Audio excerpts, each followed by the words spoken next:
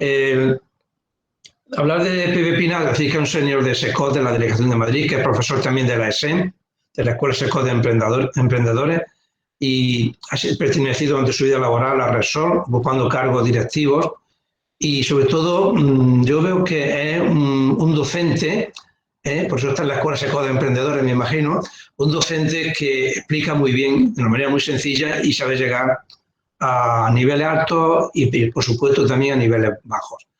Pues nada más. Gracias, Pepe, y encantado de tenerte aquí con nosotros. Y cuando tú quieras, puedes empezar. Gracias. Muy bien. Diego, pues muy buenas tardes y el agradecido soy yo. Muchas gracias por la invitación a ti, a la delegación de Andalucía y de Jaén y de Andalucía y a los organizadores, ¿no? Y también gracias a todos los asistentes por vuestro interés y por vuestro tiempo. Mi trabajo esta tarde es hacer que merezca la pena, que os sea rentable el tiempo que estáis aquí esta tarde. Y para eso he pensado en hacer una panorámica rápida del Design Thinking, de forma literal, una panorámica y rápida, porque voy a ir rápido en cuanto a la exposición. Espero que tengáis papel y lápiz, así es que abróchese los cinturones y al tajo, que se nos va la mañana. Empiezo con la presentación. Primera.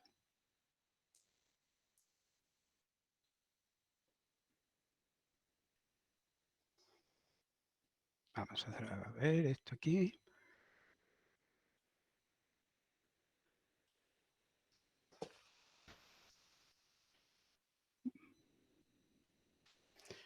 Muy bien.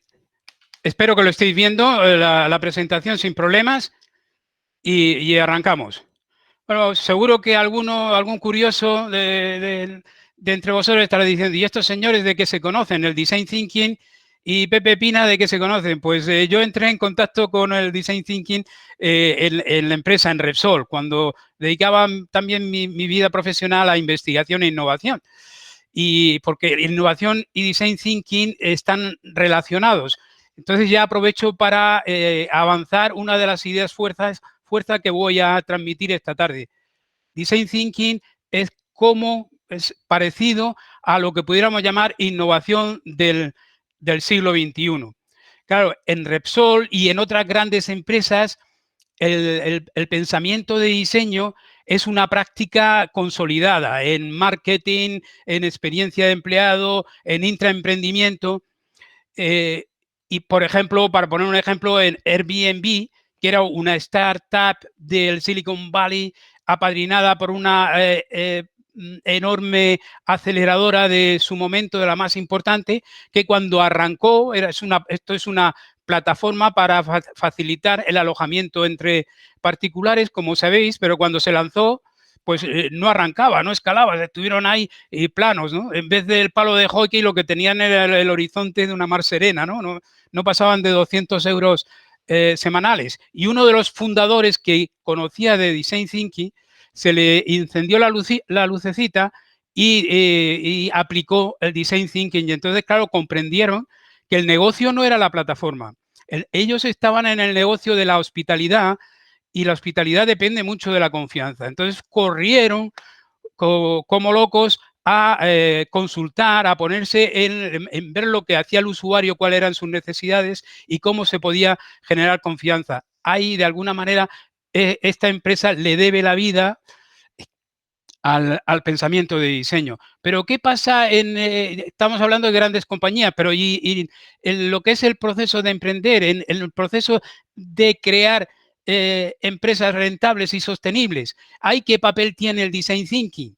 Pues como veis, en muchas ocasiones se les ven a estos tres primos juntos, Design Thinking, Lean Startup, que siempre ocupa el puesto central de forma merecida, y las metodologías ágiles. Y siempre se pone el Design Thinking al principio. Para mí, son primos porque tienen un mismo linaje o tienen un mismo abuelo, que es el movimiento Lean. Que de ahí han ido haciendo derivados y han ido pues creciendo en un lado o en otro este tipo de metodologías. Y si vemos, es decir, lo que pudiera ser las factorías del emprendimiento, es decir, las grandes aceleradoras o incubadoras, cómo plantean el proceso emprendedor y en qué parte colocan al Design Thinking. Pues, por ejemplo, aquí en Bridge for Billion, como veis, el proceso emprendedor lo dividen en ideación, incubación y aceleración. Y el Design Thinking lo pone, Design Thinking prototipado, que es algo relativo al Design Thinking, y el Canvas de negocio lo ponen en esta primera etapa. Digamos, si lo decimos en términos bursátiles, podríamos decir que el consenso de mercado nos va a decir que el pensamiento de diseño está en las primeras etapas del proceso emprendedor, en tanto que identifica una necesidad, genera una solución innovadora y prepara un modelo, un concepto de negocio, dejando ya todo lo que es después el campo de relación con el mercado, Lean Startup y todo esto. Bueno, ¿qué tengo una vez hecha esta primera situación del Design Thinking?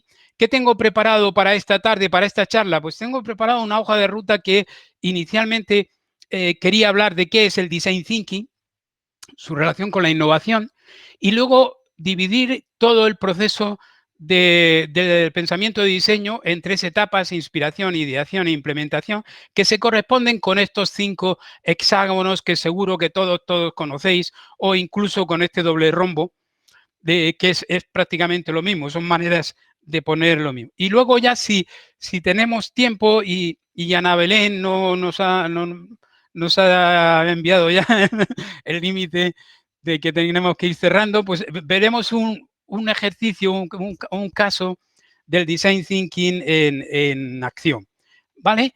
Pues vamos a la faena. Esto lo conocéis todos, ¿verdad? Es una maravilla de la tecnología, ha salvado muchísimas vidas. Es resonancia magnética nuclear, imágenes internas que nos ayudan bueno, pues a mejorar la salud. Y sin embargo, esto cuando lo hacemos con niños es una experiencia aterradora, de tal manera que muchos de los niños, la inmensa mayoría, necesitan sedación. Sabéis que ahí tienen que estar quietecitos mientras que el equipo está pum, pum, pum, pum, pum, pum, ¿vale? Y entonces a alguien se le ocurrió decir, oye, ¿y si convertimos esto en una aventura de piratas donde tanto el equipo médico como la familia son actores vestidos para la ocasión? Y donde el niño lo que asiste es a este proceso, a este juego, y al final se lleva el tesoro de los piratas. Pues con esto las sedaciones bajan prácticamente o tienden a cero, ¿no? ¿Y qué ha pasado? Si es el mismo aparato, ¿no? Tenemos la misma aplicación, los mismos ruidos. ¿Qué es lo que cambia? Pues lo que cambia es la experiencia del niño, de Sofía en este caso, ¿no? De que lo ha pasado bien y no ha pasado una situación horrible, ¿no? ¿Y quién ha sido el que ha transformado el miedo en juego? Pues claro, no es una pregunta retórica porque seguro que todos habréis dicho el Design Thinking, pero como tenéis el micrófono apagado yo no he logrado oírlo. Pues sí, y entonces, ¿qué es el Design Thinking? Y para decirlo en 3 palabras, el Design Thinking es innovación, es la generación de valor útil para la gente, para alguien, centrado fundamentalmente en personas. Cuando hablo de personas, quiero decir de que no es solamente el cliente. Nosotros hablamos, ¿quién es el cliente? El cliente es el que paga. Entonces, claro, ¿a quién te diriges cuando ves en un cliente? Al bolsillo, fundamentalmente. Este me puede pagar, tiene interés en pagarme. No, en el Design Thinking quiere que contemplemos la persona en su globalidad, el bolsillo, por supuesto, pero también la capacidad de raciocinio, de pensar, de seleccionar, y el corazoncito, las emociones, ¿no? Y de tal manera que si estamos hablando de alumnos, de pacientes, de lo que sea, primero pensemos en personas y en segundo lugar la segunda acepción. Y si nos ponemos un poquito como más serios en cuanto a la definición, podemos utilizar la definición de IDEO. IDEO es la primera organización que empezó a trabajar el Design Thinking como lo tenemos ahora mismo. Pero Design Thinking es la conjunción de muchas más cosas, pero el primero que lo sacó fueron la gente de IDEO, y venían a decir, pues esto, que de alguna manera el pensamiento de diseño está en el negocio de hacer las startups más grandes, de generar valor útil, es decir, que es lo mismo que innovación, la resolución de problemas de forma innovadora que contempla estos 3 factores. Primero, las necesidades de las personas. Segundo, las posibilidades tecnológicas, es decir, que tengamos los recursos y la tecnología como para poder hacer lo que queremos hacer, ¿no? Y tercero, un negocio viable, ¿no? Un concepto de negocio viable. Estos tres circulitos es también un referente clásico del pensamiento de diseño. ¿Qué es lo que aprendió General Electric en el caso anterior que veíamos del pensamiento de diseño? Pues aprendió que además de que fuera factible como tecnología, que fuera viable como negocio, tenía que ser también deseable como experiencia de usuario. Al hacerlo así, pues evitaron las sedaciones y pudieron tener muchísimos más pacientes y le dieron un enfoque distinto y más positivo. Steve Jobs nos lo viene a comentar de esta manera, de que, oye, empecemos con la experiencia del cliente, es decir, la globalidad de lo que siente y hace el cliente, y de ahí vayamos para atrás hacia la tecnología y no al revés. El error inicial de General Electric sería entonces que prestaron mayor atención a los bienes, es decir, a la tecnología, al beneficio, que a la gente, ¿vale? Y como veis, Sofía, ¿qué le pasaba? Porque tenía una necesidad médica de obtenerse una resonancia magnética, pero tenía otra necesidad que no se había contemplado de sentirse segura. Con la experiencia, el Design Thinking se posiciona claramente, y esta es una diferencia esencial con otras metodologías, en el campo de las necesidades. Primero ve cuáles son las necesidades de la gente y luego cómo la podemos satisfacer con productos. A diferencia, digamos, de otras metodologías o, digamos, el camino clásico, ¿no? Yo tengo un producto y luego lo llevo al mercado a ver cómo se vende. ¿Vale? Esto simplemente es para que tengáis en mente que los tres círculos que hablábamos en la definición del Design Thinking se ajusta de cierta manera al canvas, ¿no? Como veis, el tema de deseabilidad, de que sea factible o la viabilidad económica como negocio, esto al final te da un concepto de negocio. ¿Y cuáles son los elementos del pensamiento de diseño? Pues fundamentalmente contemplemos tres. Primero, es un proceso, que son que empezamos con empatizar, definir, idear, que os vais a hartar esta tarde de oírlo, ¿no? Pero también son determinadas herramientas técnicas, como pueda ser el mapa de empatía. Este tipo de técnicas, bueno, yo que pensando bien, digo, como cada emprendimiento es como un traje a medida, pues se van cogiendo de unos a otros, pero la verdad que son muy promiscuos. Otras metodologías van cogiendo de Design Thinking sus herramientas y las van aplicando aquí y allá, lo cual también es normal. Y también una mentalidad que, como hablábamos antes, al final te da un marco de pensamiento, un conjunto de actitudes y valores enfocado en personas, hacerlo visual, la colaboración, el trabajo para experimentar pronto. Y esto, pues al final vamos a empezar ya a hablar del proceso y empiezo ya a comentar de que ante un problema complejo, un reto que queramos abordar para conseguir un concepto de negocio, lo primero es comprender el comportamiento del usuario para descubrir cuáles son sus necesidades, por tanto, foco en persona. El segundo paso sería interpretar la observación que hemos tenido aquí para definir realmente el problema y no dar palos de ciego. Posteriormente, generar posibilidades de solución para estos problemas que ya tenemos establecidos aquí.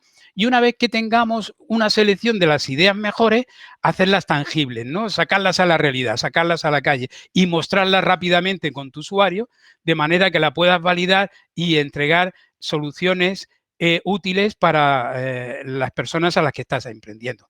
Estos son, de otra manera de decirlo, son como los tres pasos. Los dos primeros se ajustan aquí a inspirar, el segundo a idear y el tercero a implementar.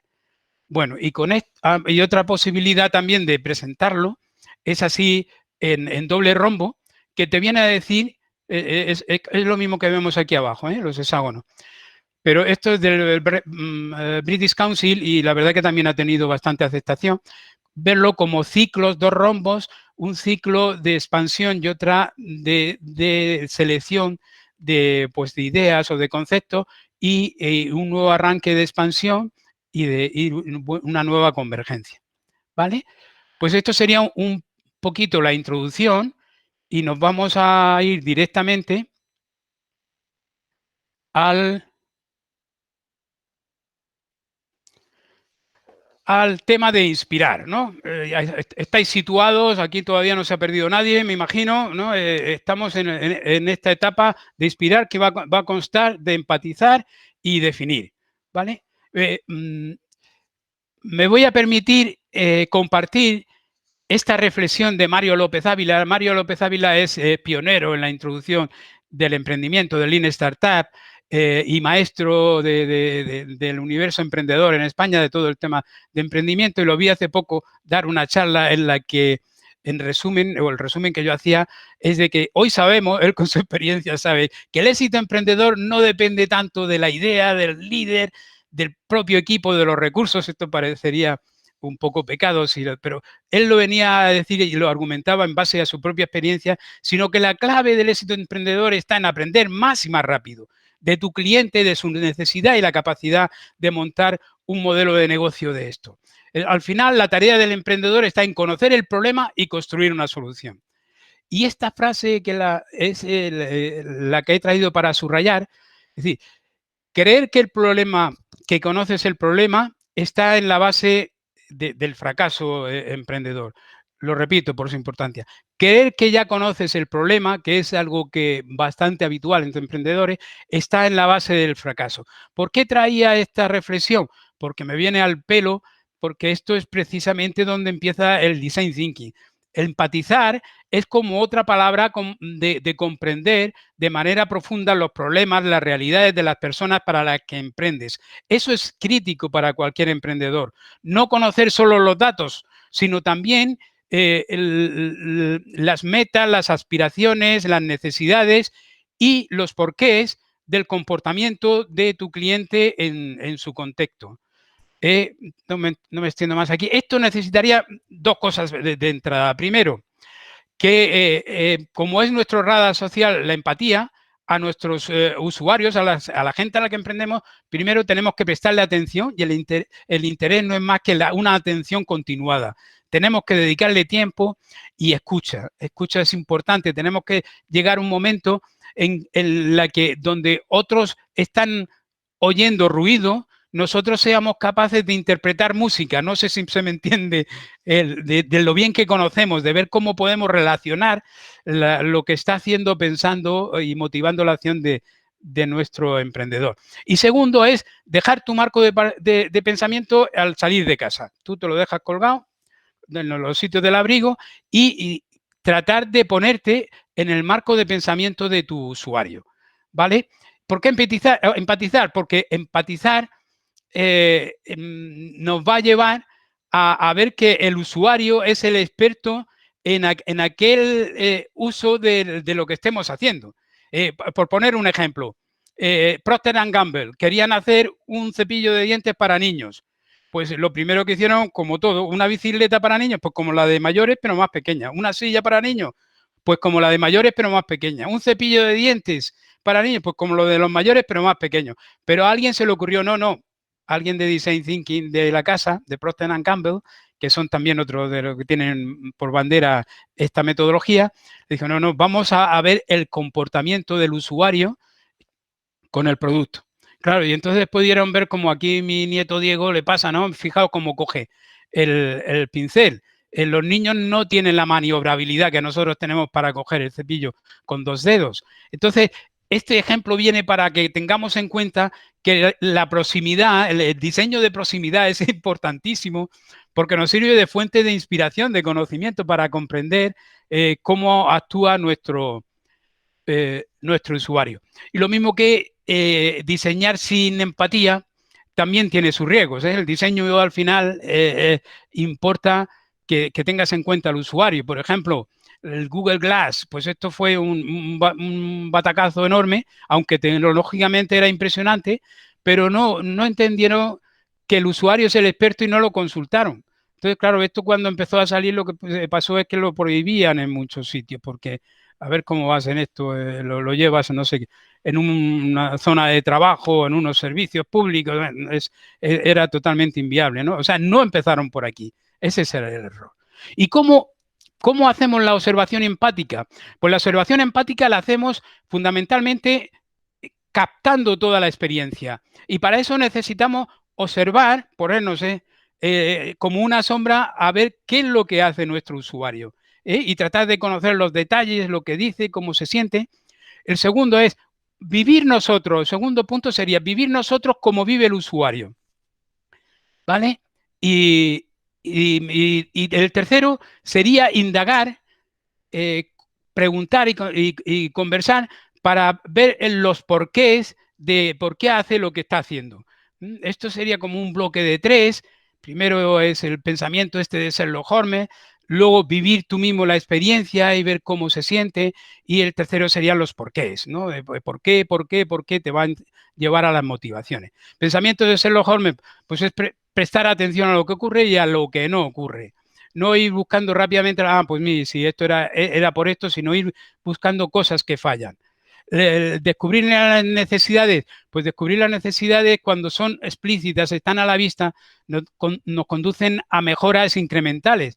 Pero el design thinking quiere buscar las latentes, las necesidades latentes, las que no están a la vista. Por eso viene bien el tema de sumergirse en la vida y en el comportamiento de tu usuario. Y tercero, pues leer entre líneas las historias, porque normalmente la gente no siempre hacemos lo que decimos y no siempre hacemos lo que pensamos que hacemos. Y esto es normal, que somos personas y no lo tenemos todo estructurado y racionalizado. No es que te mienta, pero tú tienes que llevar a la atención suficiente para que te dé pistas, porque las narrativas te van a dejar intuir, entrever los porqués, las motivaciones de su acción. Un ejemplo clásico de Henry Ford decía, si yo hubiera preguntado a mis clientes futuros qué es lo que le gustaba, qué es lo que necesitaban, me hubiera dicho caballos más rápidos. Pero si él sabía leer, lo que verdaderamente decían es que necesitaban una movilidad cuando las ciudades estaban creciendo, las distancias eran cada vez mayor y entonces un medio de transporte era absolutamente necesario, ¿no? Entonces, nosotros con la observación empática vamos a buscar anomalías, vamos a buscar contradicciones y con esas contradicciones vamos a tratar de hacer descubrimientos a través de una inspiración, una conjetura, una intuición que nos lleva a una explicación probable. Esto que estamos diciendo aquí es lo que en el argot del pensamiento del diseño le llaman insights, y lo veréis también por todos lados cuando entréis en. Esto es una explicación probable de que pueda funcionar o no, pero en absoluto lógica. Por poner un ejemplo, a menudo los enfermos no siguen el tratamiento, lo que empeora su estado. ¿Eso por qué es? ¿Porque son tontos? No, probablemente, y esto es un insight, una intuición, no están atentos al tratamiento porque están tan nerviosos que no escuchan al doctor. Bueno, pues esto es una causa hipotética de comportamiento, esto es un insight, ¿no? Y eso después permite separar, después de todo un proceso, de decir, oye, ¿y si separamos lo que es diagnóstico, que está muy bien por otro lado, y lo que es el tratamiento y su seguimiento por otro lado? Pues eso ya es cuando tenemos todas las observaciones, lo bueno es ponerlo en una herramienta del pensamiento de diseño, que es el mapa de empatía, por ejemplo. Hay otros, hay muchos, ¿no? En un mapa de empatía tú ves el contexto, las necesidades, los comportamientos, los deseos, los problemas y lo vas anotando con POSIT, ¿no? Te da una explicación interior y exterior de su comportamiento. La forma que ven, comprende e interaccionan con el mundo. Este sería el mapa de empatía, que seguro que conocéis, y claro, cuando lo tienes esto anotado, luego es preguntar por qué es y por qué es. Este es un ejemplo de Jonathan, un antiguo asesorado nuestro de SECOT y hoy maestro, que, bueno, pues aquí Carmina la Nueva, profesora de matemáticas, pues, que quiere hacer esto, y este era su entorno. En definitiva, lo que hace el mapa de empatía es humaniza a tu usuario, analiza lo que necesita hacer, busca explicaciones, interpretaciones, conjeturas, pero nunca pierde el foco en crear valor para tu usuario. Resumiendo esta primera parte, podemos decir que empatizar es otra manera de decir comprender profundamente los comportamientos de tu usuario. Segundo, al usuario lo elevamos a la categoría de experto, experto vivencial en lo que él va a utilizar. Tercero, el empatizar nos sirve para detectar necesidades latentes, también de las otras, pero fundamentalmente latentes. La observación empática nos va a decir qué hace y siente, cómo lo hace y siente y por qué lo hace y siente. Entonces esto al final nos lleva a los insights y a un mapa de empatía. Estamos en esta fase de ampliación de posibilidades. Esto ya es convergencia, esto es divergencia. Bueno, vamos a pasar ya a esta segunda parte de definir, y definir es ya poner el foco en concretar las necesidades. Todavía no estamos hablando de soluciones, ahora estamos interpretando todas las observaciones que hemos visto en el mapa de empatía y cualquier otras que hayamos tenido, y ahora lo que queremos es reunir estas observaciones insight, buscar conexiones, patrones, sorpresas e identificar los problemas y definirlos y redefinirlos. Vamos buscando explicaciones, sentido, simplicidad, valor. Al final lo que queremos es enmarcar el problema correcto. ¿Vale? Un ejemplo clásico es el que ocurrió con el de la NASA, que bueno, cuando fueron a llevar astronautas, dijeron, estos señores sería bueno que tuvieran un bolígrafo que escribiera allí arriba, pero bueno, allí estamos a gravedad cero, ¿cómo se puede hacer eso? Pues fácil, lo llevamos al centro de investigación y 2 años después y $500,000 de entonces gastados, pues cuando lo presentaban todos ufanos, alguien le preguntó, oye, ¿y cómo lo hacen los rusos? Pues los rusos lo hacían con un lápiz. Es decir, habían estado trabajando en vano. Por eso conviene mucho formular y luego reformular el problema correcto para no llevar a soluciones que nadie necesita. Un ejemplo de una de las primeras, o la primera línea de bajo coste aérea. Se planteaban en ese momento cómo establecer una línea aérea de bajo coste. Pues no, güey, porque la gente que volaba en ese momento volaban con la empresa y no estaban dispuestos a perder calidad o comodidades porque fuera el precio más barato. Pero si lo reformulaba, es decir, ¿cómo logramos que la gente que toma el bus, el tren, vuele? Pues había reformulado el problema, ¿no? Habían buscado unos clientes diferenciados. O este otro que lo vamos a ver más adelante, pero que no merece, yo creo que queda claro, ¿no? ¿Cómo ponemos el planteamiento del problema? Pues el problema lo podemos, esta es una manera clásica de hacer la declaración del problema, que es poner el usuario, la necesidad y un insight. Y hay una manera mucho más potente, que a mí me gusta mucho más, que es establecerlo ya en una forma positiva, es decir, ¿cómo podríamos nosotros? Porque es como un estímulo para abordar el problema y te da como que tuvieras la capacidad de abordar. Y en este punto nos permite ya acercarnos al paso de idear, ¿no? Por ejemplo, esto de Warby, ¿no? Pues el statement clásico sería Manolo y otros gafotas nos animan a comprar por internet porque desconfía ante la imposibilidad de probárselas, ¿no? Ahora mismo este es un unicornio, una empresa digna de admiración, ¿eh? Lo han hecho los chicos, son unos 4 o 5 chavales jóvenes que empezaron con ella de forma estupenda. Y claro, con este otro formato sería cómo nosotros podemos generar confianza a Manolo. Y esto, bueno, pues lo organizaron de manera que enviaba 5 monturas y al viernes siguiente se la devolvían, si alguno se quería quedar bien y si no, bueno, pero eso es otra cosa. Pero al final, fíjate que estamos con el tema de generar confianza, que era lo que le pasaba también a Airbnb. Este es el ejemplo de Apple con el ordenador y hacerlo con una interfaz sencilla, pero lo voy a pasar. Y aquí en este momento que estamos ya definiendo el problema y estamos pasando ya a cómo podríamos solucionarlo, que es la base de la ideación, hay una herramienta formidable que es el mapa de experiencia de usuario. El mapa de experiencia de usuario consta de 3 partes. Por cierto, esta plantilla que la diseñó Miriam Hill está a vuestra disposición por si queréis en algún momento. Mapa de experiencia de usuario, bueno, por un lado, aquí te recoge en la parte de arriba datos correspondientes al mapa de empatía y luego hay un proceso que te va dando el viaje, la trayectoria del usuario a lo largo de todo el contacto que tiene con tu producto. Pongámonos en el caso de Sofía, desde que recibe la citación médica hasta que vuelve a casa a decirle, abuelo, qué bien me lo he pasado. Entonces, todo eso requiere que ha tenido que hacer unos trabajos y en cada una de esas etapas ha estado con una situación emocional más arriba, más de pico o en un hoyo, ¿no? Y cada una de estas picos y hoyos nos vale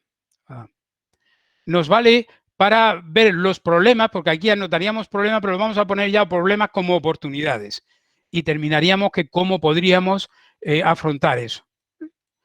Esto al final es como veis, es en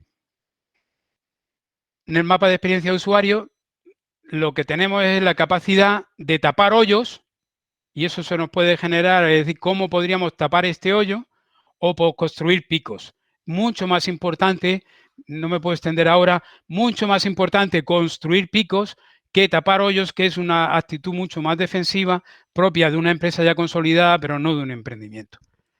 Bueno, entonces en esta etapa, como veis, hemos interpretado la observación empática, hemos identificado la necesidad o el problema y hemos hecho de formular, reformular y reformular. Hemos visto la posibilidad de definirlo como un punto de vista o cómo podríamos nosotros, que es mucho más activa, más accionable, y como herramienta el mapa de experiencia de usuario y la posibilidad inicial de crear, de arranque desde tu emprendimiento, una experiencia ideal para tus emprendedores. Como vamos así ya de tiempo, voy a pasar a la siguiente y dejamos las preguntas para el final, si os parece. Bueno, el siguiente paso, que nadie se nos pierda, hemos visto inicialmente lo del mapa de empatía para el tema de la observación empática, el mapa de experiencia de usuario para poder identificar cómo podríamos nosotros mejorar o incluso crear oportunidades nuevas para nuestros usuarios, y por tanto nosotros nos encontramos aquí, ¿no? Estamos aquí en este momento en la mitad del proceso. Y ahora de lo que se trata, y no es nada fácil, se trata de idear. Este no es el proceso creativo. Lo mismo que el proceso empático dura a lo largo de todo el proceso de pensamiento de diseño, el tema de ideación también es transversal a todo el proceso. Pero bueno, hay una etapa definitiva que es la búsqueda de soluciones. Ahora sí que vamos a la búsqueda de soluciones y además tiene que ser optimista. A nadie se le ocurren ideas estando cabreado o estando estresado, ¿no? Entonces, aquí en esta etapa se trata de imaginar soluciones, muchas, las deseables, primero las posibles, no hay restricciones, no se trata de razonar, sino de imaginar. Estamos en una etapa divergente, luego haremos una matriz de decisión para converger, ¿vale? Y aquí no te quedes corto de vista, no te quedes miope. Aquí, cuanto más amplitud de vista tengas, mejor. Entonces, lo primero es ir a por mucha cantidad de ideas. Si tienes una idea de negocio y no te funciona, te quedas sin nada. Entonces, lo mejor es tener muchas ideas. Cualquier innovador de la historia, porque aquí está el ejemplo de Leonardo, veréis que todos tenían pues, su carpeta para registrar ideas que se le ocurrían, porque hoy a lo mejor no te son necesarias, pero sí las puedes utilizar en un momento posterior, ¿verdad? Esta es una expresión feliz de Dean Kamen, que tienes que besar muchas ranas antes de encontrar un príncipe, y además es que a él le ha pasado, ¿no? Porque se ha pegado cada batacazo, ha besado cantidad de ramas. Porque estamos metiéndonos en un territorio de incertidumbre. La lógica nos la hemos dejado en la puerta. Ahora estamos en idear y entonces ahí no nos desenvolvemos muy bien y vamos a tropezar mucho, pero por eso lo tienes que hacer con humor y pensar que todas las ideas nacen débiles y tenemos que ayudarles a que puedan expresarse, de respirar, salir a la vida. ¿Cómo podemos idear? Pues mira, imaginar muchas soluciones alternativas. La alternativa aquí es fuera de lo común, ¿no? Y buscar diversidad, con un equipo diverso, que podamos tapar puntos ciegos que no abordamos, explorar el máximo el máximo espacio de solución que podamos, y separar, muy importante, separar en la etapa de generación y de evaluación de ideas. Métodos hay muchos. La lluvia de ideas en su versión escrita a mí me gusta y la utilizo en los talleres.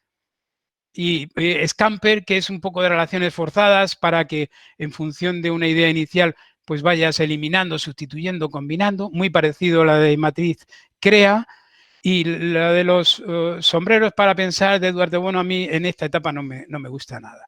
Pero sí quiero decir que las herramientas no valen para nada si no estamos en un entorno favorable, favorable de que estemos a gusto, distendidos, colaborativos, y eso es al favor del facilitador y además de gasta, requiere mucha energía, ¿no? Por experiencia. Bueno, ¿y cómo podemos idear? Pues viéndolo esto de manera muy rapidita, pues podemos idear primero con lo que tenemos a mano, con lo que tenemos en casa, combinar de manera distinta cosas que ya tenemos. Otra posibilidad posterior sería, oye, ¿y si miramos fuera de la pared de casa y a ver dónde nos llegue la vista, a ver en esa mirada lo que podemos ver de interés en otros campos, en otros mercados? El tercer punto sería, oye, ¿y cómo lo hacen los grandes esto? ¿Podemos imitarlo en nuestro proyecto? O la cuarta sería, escucha, aquí no te enamores de tu idea, vas a tener que ir cambiando. Ten varias ideas porque vas a tener que ir a lo mejor añadiendo una que habías dejado atrás a otra que está, ten varios planes. Y al final, crea una diferencia si tienes posibilidad, pero es que ahora en el emprendimiento, por lo menos planteártelo es casi una obligación.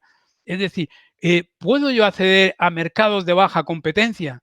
No ya en este que no hay nadie, sino en un mercado de baja competencia. ¿Puedo hacer algo para conseguirlo? Entonces, vamos a ver cómo, con algunos ejemplos, pues podemos ver esto. En el caso de idear sencillo, cercano, con lo que tienes a mano, pues esta Melita, que es una empresa que de más de 100 años, pues estaba hartita, ¿no?, de tomar café turco que se quedaba en las encías y además amargaba, y con lino aquello no había manera de filtrarlo porque es un gel y tal. Bueno, no se filtraba bien, y en un momento determinado dice que está haciendo los deberes con su hijo, dice, bueno, ¿y si utilizo el material escolar? Pues fijar qué idea está al alcance de cualquiera. No es una innovación del Centro de Tecnología de Repsol. No, esto es a veces es relativamente sencillo y aplicable a cantidad de emprendimientos que nosotros estamos trabajando, ¿no? Pues esto al final es combinar ideas existentes de forma diferente, al alcance de cualquiera. Bueno, polinización cruzada es esto lo que vengo diciendo.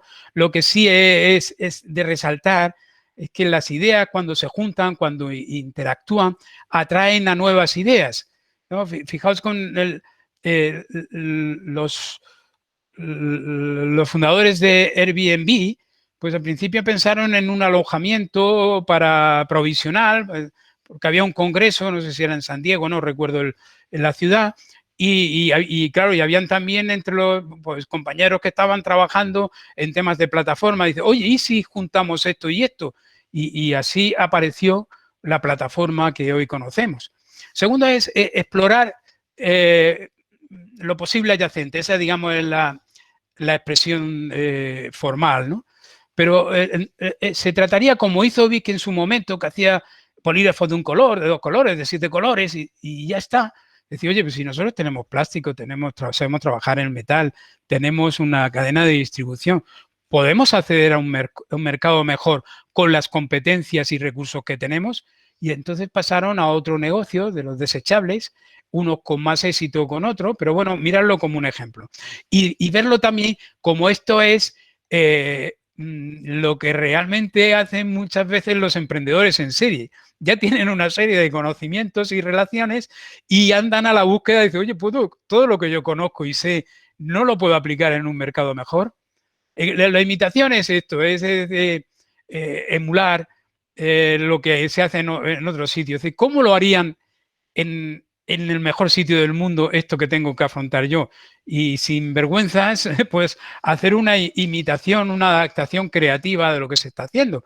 Un ejemplo, en una UCI de niños que tenían un 25% de errores técnicos o personales en sus actuaciones.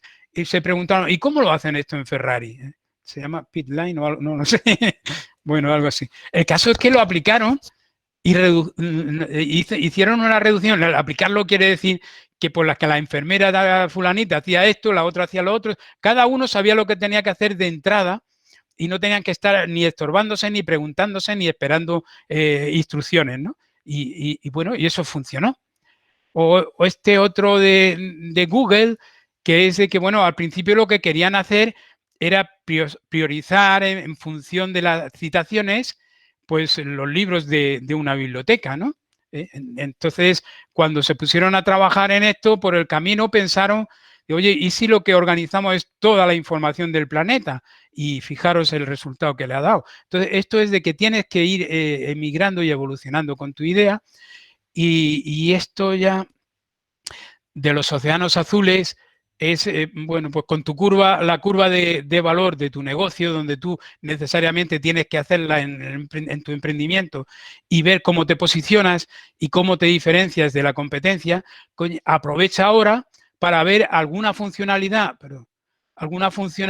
distinta que te permita entrar en un mercado de menor competencia. Es difícil, pero es un ejercicio absolutamente interesante que se haga, ¿no? Aquí vengo con el tema este del aire acondicionado que no voy a pasar. Aquí la herramienta es el brainstorming. Yo utilizo el brainstorming de escrito, ¿no? Y la actitud es de ir con el sí, no con el sí, pero, sino con el sí. Y además esto, ¿no? Esa es la actitud de abrir el campo a cualquier idea inicial. El ejercicio es de que cada uno de los que están sentados en una mesa escriben 2 ideas, aquí le que ponemos el número 1, y la pasa al vecino, y el vecino sobre esta tiene que escribir sí y esto, y así sucesivamente. Al final te encuentras con 50 ideas en 5 o 10 minutos, ¿no?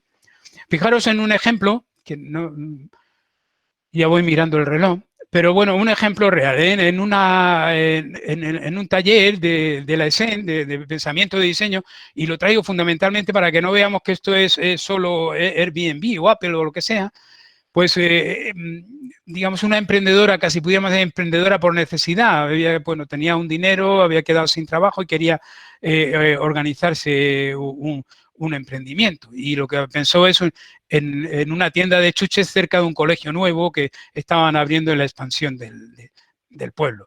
Claro, esto cuando tú lo ves, lo primero que se te ocurre, que pensé yo, que no estoy mirando a nadie, era decir, sí, pero es que tienes un chino al lado. Sí, pero te lo van a vender más barato, no vas a poder tener margen, ¿no? Esto no te lleva a ningún... Bueno, sí te lleva a no hacer nada, ¿no? Sin embargo, la actitud del pensamiento de diseño en esta parte de ideación, lo que te pide es sí, y además esto. Y entonces ahí surgieron unas ideas. Yo estoy todavía maravillado, es milagroso lo que hace la inteligencia colectiva, ¿no? Porque enseguida empezaron, sí, ¿y por qué no pones una máquina de café? Sí, y el siguiente decir, sí, vende chuches, pero con máquina de café. Y el otro, sí, pero ¿y por qué no pones una mesa para que los padres o madres que tengan que esperar puedan estar y que llueve, ¿no? Y le puedes dar el café? Y el siguiente, bueno, y si pones repostería de calidad, saludable, nada que tenga que ver con lo del chino, sino a otro nivel, a otro estado. Bueno, no continúo, pero claro, pasaron de una tienda de chuches a un centro de reunión de tender de sala de espera y está funcionando, y para mí es una alegría de ver que esto funciona. Luego, cuando tenemos ya todas las ideas, lo que hacemos es pues cribarlas para generar aquellas que merece la pena que vayamos a pasar al prototipado, ¿no? Y entonces hay una matriz de priorización después de una previa selección de ideas, donde ya los vemos la que es más atractiva o da más valor al usuario, le damos una puntuación, la que es más probable que funcione. Si tenemos que acertar a la primera porque no tenemos recursos, pues igual nos vamos aquí.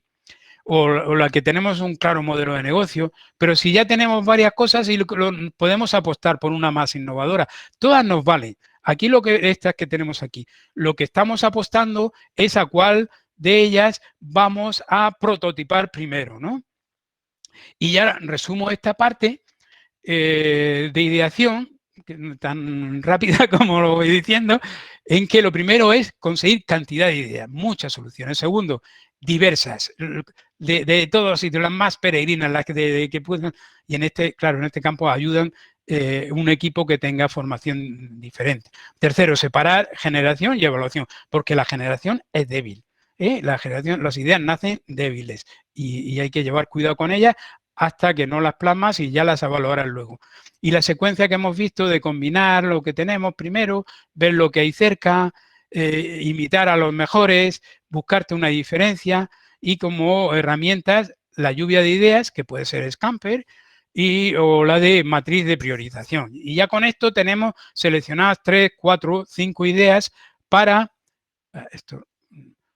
que pasemos al tema de prototipado.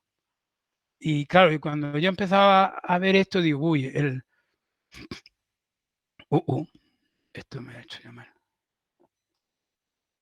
Bien. La empatía, eso sí que es importante, además que es diferencial, ninguna otra metodología nos lleva al tema de que hay que empatizar con tu usuario, ¿no? Eso es importante. Claro, luego pasabas a idear, digo, esto realmente sí que es lo bueno del pensamiento de diseño, porque a ver qué otras te está abriendo el marco al pensamiento lateral, a la creatividad, de la manera en que te lo está haciendo el pensamiento de diseño.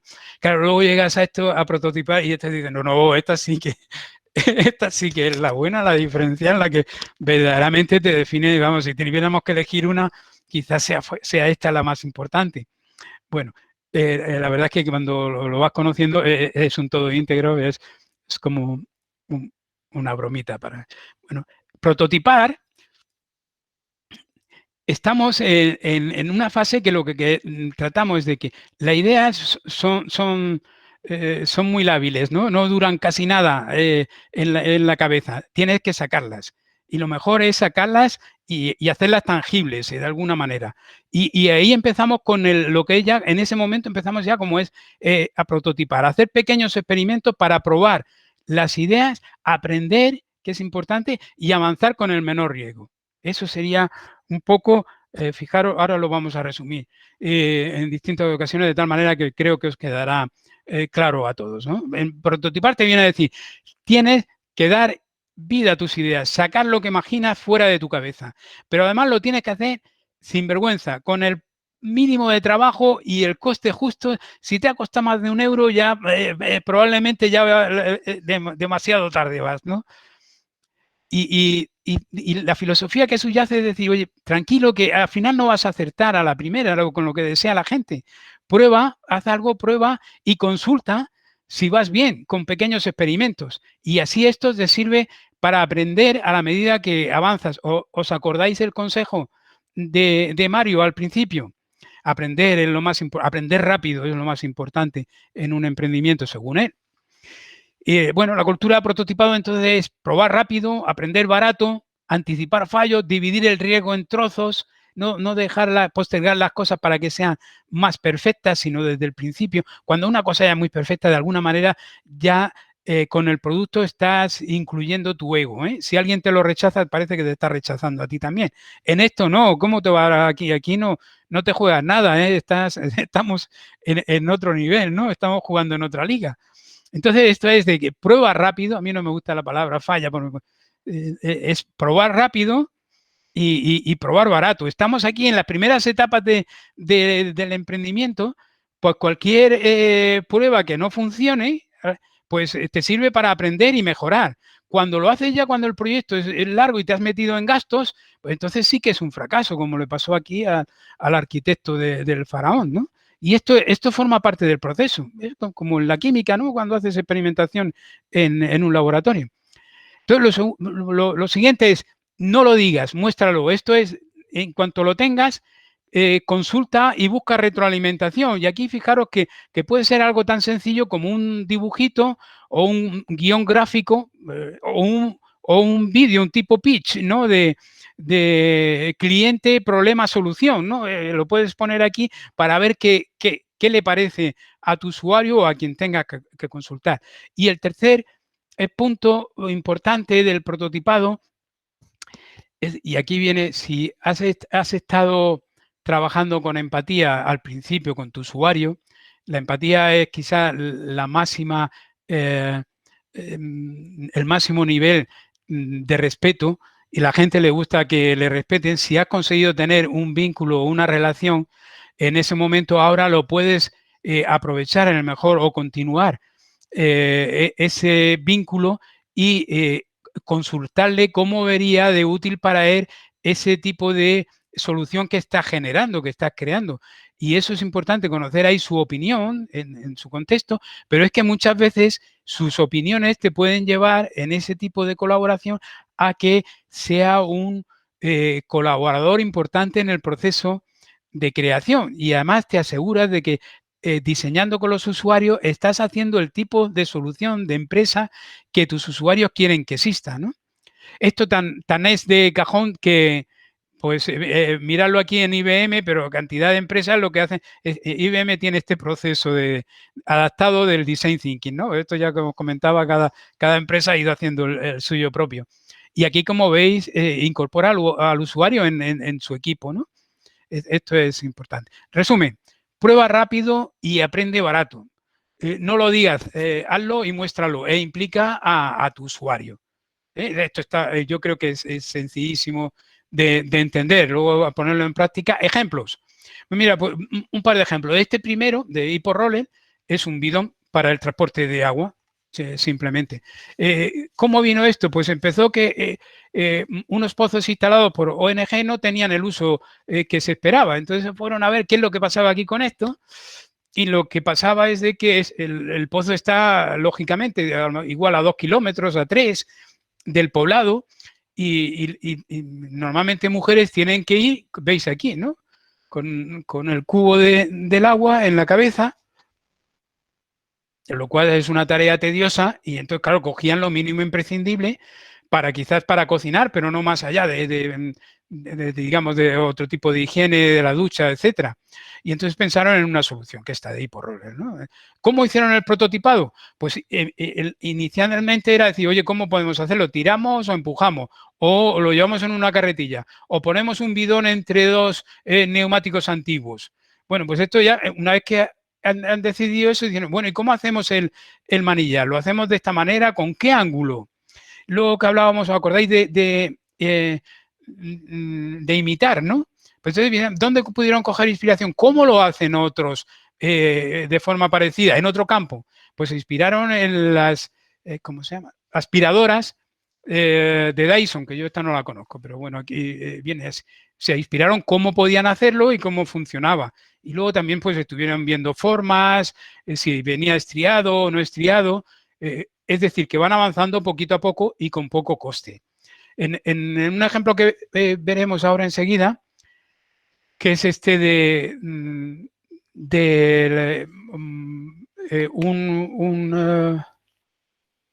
yo lo diré, un saquito para mantener a niños prematuros calientes cerca de las madres, pues lo que empezaron es primero con un dibujo en colaboración con las madres. Luego empezaron con un muñeco y van avanzando en la parte interior o la parte exterior hasta el producto final. Es decir, que a la hora de hacer prototipado, cada ciclo que vas haciendo, de los que veíamos antes, te aleja más de la idea y te acerca más a la solución. Prototipado, por tanto, lo tenemos que ver como el camino que va desde una idea que has elegido en ideación a una solución rentable y útil que vas a ofrecer a tus clientes. Así que en el proceso la fidelidad, le llaman así, prototipo de high fidelity, va aumentando y la incertidumbre va disminuyendo. Otro caso, hablábamos del tema de co-creación.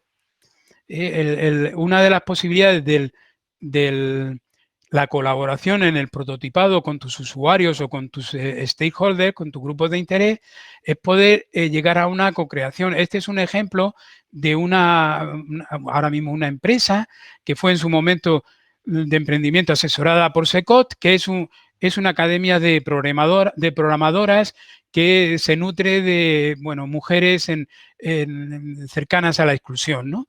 Y entonces, claro, esto se apoyaron, lo que hacen es formar a estas chicas para que después tengan trabajo en empresas de programación.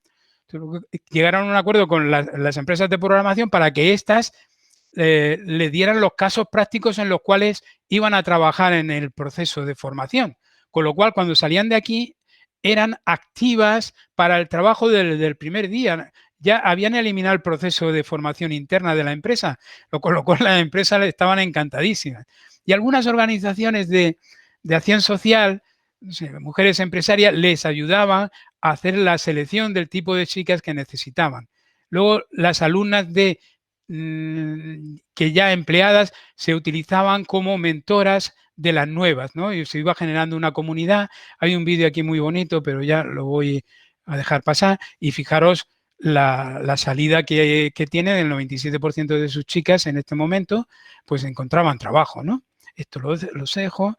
Y ahora en 5 minutos paso rápidamente a ver un caso práctico que puede ser parecido o no, pero yo creo que no tan diferente de cuando viene en ventanilla una asesoría de 4 o 5 psicólogos y pedagogos que quieren montar esto para hacer talleres. En fin, ahora veréis que no es tan diferente el proceso, ¿no? Aquí el reto, pues sabéis que hay más de 4 millones de prematuros en el mundo, muchos fallecen, otros quedan con secuelas para toda la vida. Entonces, un grupo que estaban de chicos que no tenían ni idea de salud pública y que estaban dentro de un curso de Stanford, estudiantes de aquí los veis. Esto es muy típico del pensamiento de diseño, ¿no? Esto de los mapas y los POSIT. Y bueno, pues afrontaron el reto, ¿no? Afrontaron el reto como trabajo fin de carrera. Entonces, ellos, incluso estando en Stanford, que es donde nació IDEO y los 5 hexágonos, pues utilizaron este doble rombo, que es igual, es lo mismo, pero que tiene un formato distinto. Y entonces, en este caso, bueno, el reto ya lo conocemos, vieron cómo podían empatizar y tuvieron que irse in situ a hacer entrevistas y ver cómo funcionaba esto allí. Definieron el problema y llegaron a idear algunas soluciones y hicieron un prototipado para validarlo y al final poder entregarlo como un valor a los usuarios finales. Pues para empatizar, entrevistaron a una de ellas, Sevita, que es esta, y a 12 madres más, y utilizaron el Persona Canvas. El Persona Canvas es una herramienta muy similar al mapa de empatía. Tiene una estructura diferente, pero ve necesidades, problemas, bueno, no entro en ello, es muy parecido. ¿Vale? Lo hicieron así. Hicieron estas tablas de entrevista, pero también hicieron safari fotográficos para tener idea de las condiciones de vida y cómo funcionaban allí, ¿no? En los pueblos rurales donde tenían estos problemas. Y luego ya en la etapa de definición, pues claro, enseguida que llegaron vieron una anomalía. En Nepal las incubadoras están vacías en los hospitales, pero ¿por qué? Esto no era, digamos, en el mundo occidental no ocurría, pero aquí sí que ocurría. ¿Por qué? Claro, y lo que enseguida vieron es de que el problema no está en las cercanías del hotel. El problema se situaba en áreas rurales, que las madres no acudían al hotel. Pero, ¿y por qué no acuden al hotel? Porque las madres no tienen medios para llegar, igual está a 20 kilómetros, o no pueden permanecer en el hospital porque tienen igual 5 o 6 niños más que atender, hacer la comida, gestionar el huerto, o sea, cantidad de obligaciones que le impiden. Entonces, claro, a lo que llegan el insight final es decir, la batalla por la supervivencia de los prematuros se libra en el hogar, no en el hospital, no en la incubadora. Por lo tanto, reformularon el problema. No es tanto de disponer de incubadoras como mantener a los niños calientes cerca de la madre. Esto es ¿os acordáis lo que hablábamos del diseño de proximidad? El que hizo esto lo hizo con la mejor voluntad de decir, oye, una ONG que envíe 7 incubadoras al hospital de no sé dónde, Ceilán. Pero cuando tú haces diseño de proximidad, que es a lo que te obliga el pensamiento de diseño, pues te das cuenta de estos insights, ¿no? de estas anomalías que no se corresponden con tu patrón de pensamiento occidental. Aquí hay un vídeo también muy interesante para que pueda. Y al final el problema lo plantearon de esta manera. ¿Cómo podríamos, acordáis, ¿no?, de la fórmula para tener el problema? ¿Cómo podríamos nosotros mantener calientes a los bebés prematuros cerca de su madre? Y así empezaron a trabajar, a idear. Yo he traído aquí ya solo algunas de las ideas finales con las que trabajaron con más. Una era una cunita portable y otra era directamente un saco. Pues en contacto con las madres, lo que vieron que la funcionalidad más importante que querían las madres era esto, era la portabilidad, con lo cual en el proceso de ideación llegaron a que este era el que tenían que prototipar.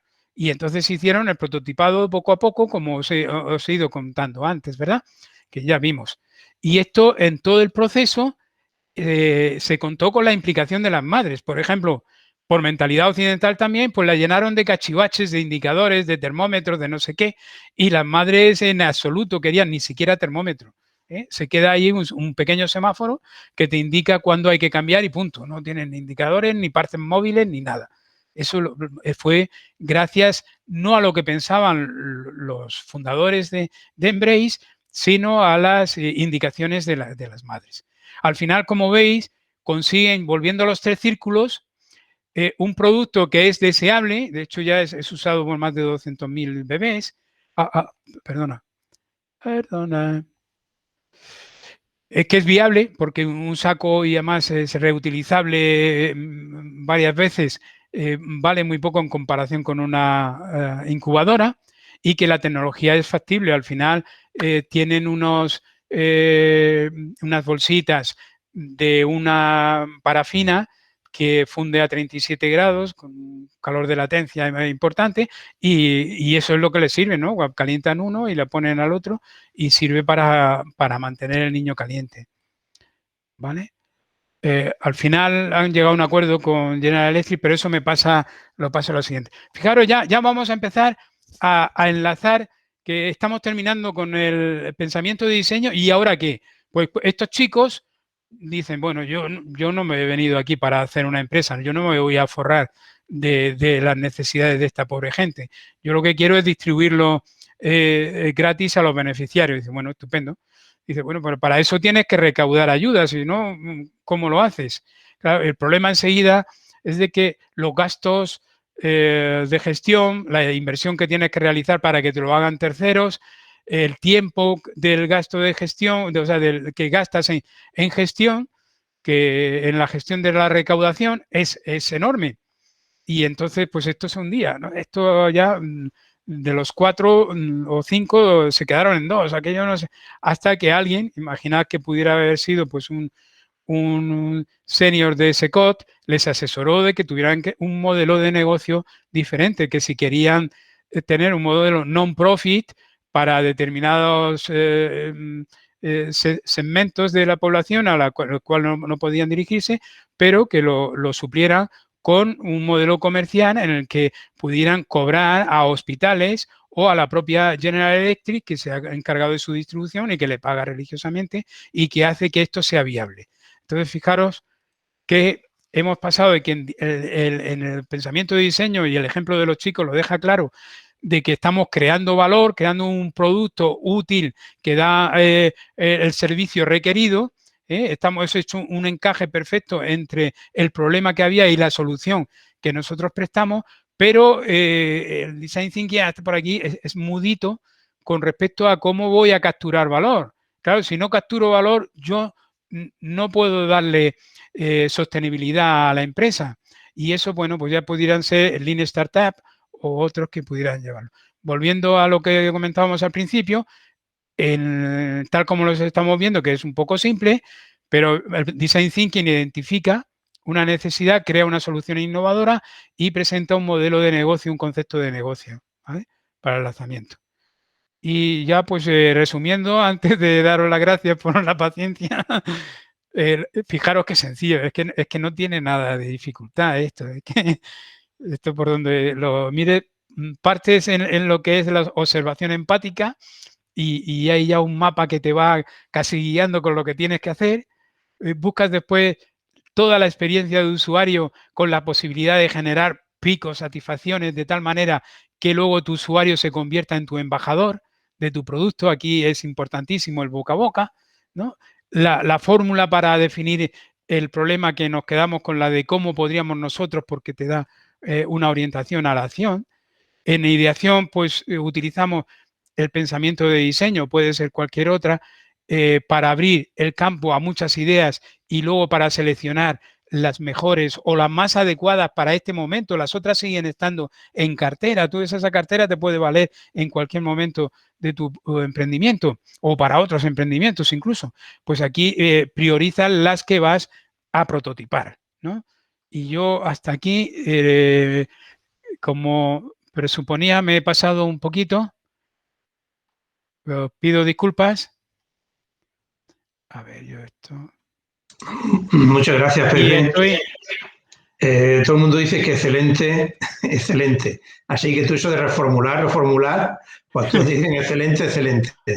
Había una pregunta que, si alguien quiere hacer una pregunta, por favor, ¿podemos aprovechar?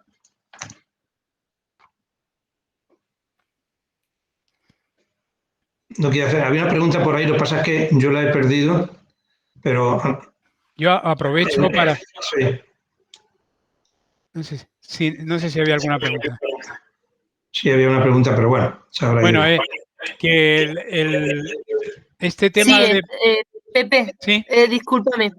Te lanzo yo la pregunta. muy ¿El bien, Ana. prototipado coincide con la metodología Lean Startup? ¿Cómo has dicho? ¿El pensamiento de diseño coincide con Lean Startup? El prototipado No. coincide con la metodología Lean Startup. No. Prototipado es distinto, ¿no? Digamos, el Lean Startup se basa dentro de unas subetapas en el producto mínimo viable. Fijaos que el producto mínimo, no quiero entrar en profundidad y seguro que hay aquí, hay aquí más de una docena que lo puede decir esto con mucha más propiedad que yo. Así que si meto la pata... No, el producto mínimo viable, por su propia definición, es un producto que tiene una característica, una funcionalidad que es la que consideramos más importante, es que corresponde al Lean Startup, ¿no? Para que los clientes lo vean, lo valoren si eso ya es comprable o no. El prototipado puede empezar con un dibujo. Lo que ocurre es que el prototipado va a ir creciendo, va ganando en fidelidad. Y entonces en algún momento pueden estar cercanos unos a otros. Un prototipado puede ser ya un producto final, pero empieza, como veis, es un camino que se inicia de forma muy rápida y muy barata. Aquí en esta etapa el prototipado es que se debe hacer casi en días, ¿no? Se debe de hacer de forma muy rápida y en contacto con los usuarios. Entonces, no es... prototipado es típico del pensamiento de diseño. El Lean Startup está orientado ya al mercado, a mi modo de ver, mientras que el Design Thinking está orientado a la innovación, a la generación de valor. Y cuando tú estás hablando ya de mercado, pues se tiene que estar hablando de cómo, de forma gradual, me voy acercando antes de gastarme un euro a ver si es aceptable por el mercado y me puedo meter con garantías en generar una empresa. Para lo cual tengo que las hipótesis validarlas a través de producto mínimo viable, etcétera. Otra pregunta, ¿qué diferencia tiene esta herramienta con el Canvas? Hace José Rubio. Pues el Canvas es un modelo de negocio simplificado.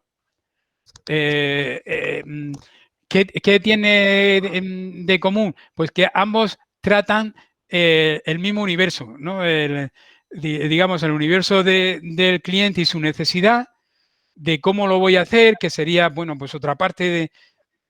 Yo mirando el Canvas como si lo tuviera delante, pues sería el de mi izquierda, que son, bueno, factores clave, marketing, etcétera. Y también tiene la parte de abajo de que si es viable o no. Pero en el pensamiento de diseño, yo creo que se trabaja en esto, en esta parte de emprendimiento, que no es lo mismo que en una gran empresa, que trabajan en marketing o lo que sea. En esta parte trabajan más en lo que pudiéramos llamar concepto de negocio. Un concepto de negocio simple. En el Canvas, partiendo del mismo esqueleto, pero profundiza más. Te va diciendo ya muchos más datos que aquí no El Canva es otra herramienta que te va orientando hacia lo que pudiera ser un plan de negocio bien hecho. Jorge Pérez pregunta también, ¿el Design Thinking podemos decir que se basa en gran parte en la escucha?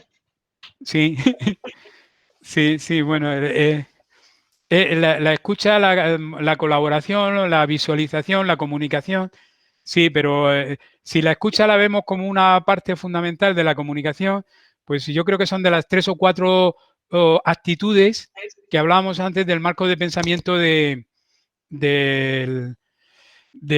pensamiento de diseño, ¿no?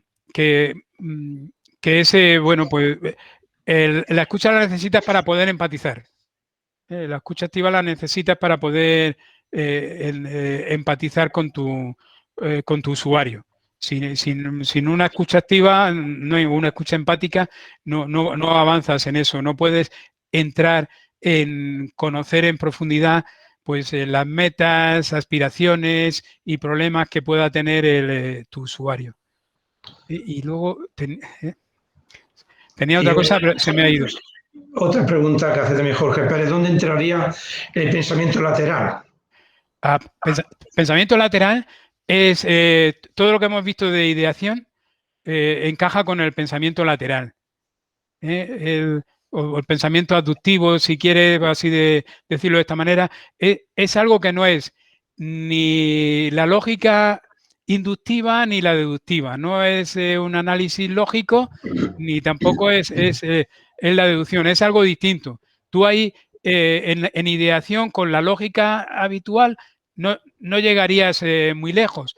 Aquí lo que das es un salto haciendo conjeturas. Son hipótesis que por llamarlas así, intuiciones que necesitan comprobación, pero has dado un salto. Ese salto es típico de la raza humana y es lo que nos ha permitido innovar y avanzar, y de momento lo que nos diferencia de la inteligencia artificial, de momento.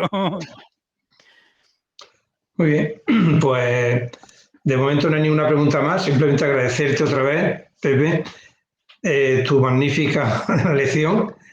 Yo es la segunda vez que te escucho, te oigo, vamos, la tercera vez, mejor dicho, y cada vez aprendo un poco más. Bueno, así que muchísimas gracias y gracias también a todos y a todas las que habéis asistido.